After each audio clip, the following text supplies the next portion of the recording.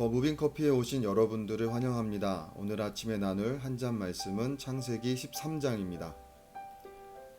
창세기 13장은 애굽에서 가나안으로 돌아온 아브라함의 이야기입니다. 잘못된 선택이었지만 하나님의 은혜로 아브라함은 애굽 여행을 통해서 많은 재산을 얻게 됩니다.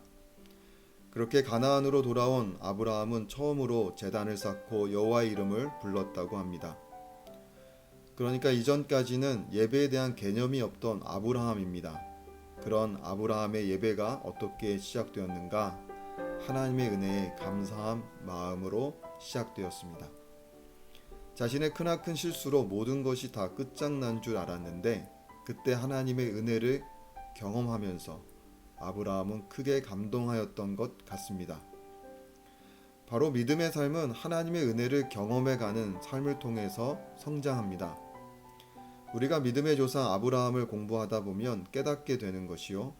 아브라함의 믿음의 삶이 처음부터 완벽하기보다는 그도 실수가 많았던 존재이지만 하나님의 인도하심을 따라 그의 믿음이 성장해 가는 사건들을 보게 됩니다.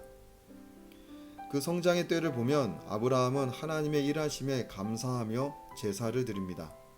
바로 예배는 우리가 하나님께 드릴 수 있는 최고의 믿음의 반응이고 아브라함의 제사는 오늘 우리에게 예배가 무엇인지를 가르쳐주고 있습니다. 그리고 13장에는 또 하나의 사건이 나오는데요. 가나안으로 돌아온 아브라함에게는 새로운 문제가 발생합니다. 조카 롯의 목자들과 아브라함의 목자들 사이에 분쟁과 갈등이 생긴 것입니다. 우리는 보통 믿음으로 출발한 삶이라면 문제가 없는 그런 삶이어야 할 것 같은데요. 아브라함의 이야기에서 위로를 받는 것이 믿음의 조상 아브라함도 믿음의 여정 가운데에서 늘 문제가 발생하였다는 것입니다. 그러면 믿음의 삶에 있어서 중요한 것은 무엇인가? 믿음은 문제가 없는 삶이 아니라 문제를 어떻게 바라보는가에 있다는 것입니다. 인생의 문제는 누구에게나 있을 수 있습니다. 그러면 문제를 해결함에 중요한 것은 바로 문제를 어떻게 바라보는가인데요.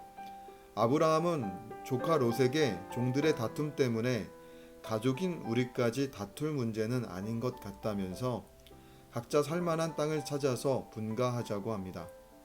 그러면서 아브라함은 롯에게 선택권을 양보합니다. 내가 좌하면 나는 우하고 내가 우하면 나는 좌하리라. 먹을 것을 찾아 애굽으로 떠났던 아브라함이 한층 성숙해진 모습을 보여주고 있습니다. 그렇게 해서 롯이 요단 온 지역을 선택해서 떠나게 되고요. 그런 아브라함에게 하나님께서 말씀해 주십니다. 아브라함이 눈을 들어 보이는 동서남북 모두를 하나님께서는 아브라함의 자손에게 주시겠다고 약속하십니다. 그리고 아브라함은 헤브론 마므레 상수 수풀에 거주하게 되었고 거기서 하나님께 제단을 쌓으며 예배하며 살아가게 됩니다. 네, 오늘은 이제 아브라함의 이야기들을 또 계속 또 이제 공부하고 있는데요. 오늘도 말씀으로 하루를 시작하시는 여러분들의 삶 속에 또 그 아브라함의 믿음의 성장처럼 또 우리의 삶 속에서도 믿음의 성장과 또 성숙을 함께 맛볼 수 있기를 원합니다. 네, 오늘도 하루 또 승리하시고 또 저는 내일 한 잔 말씀에서 뵙도록 하겠습니다. 감사합니다.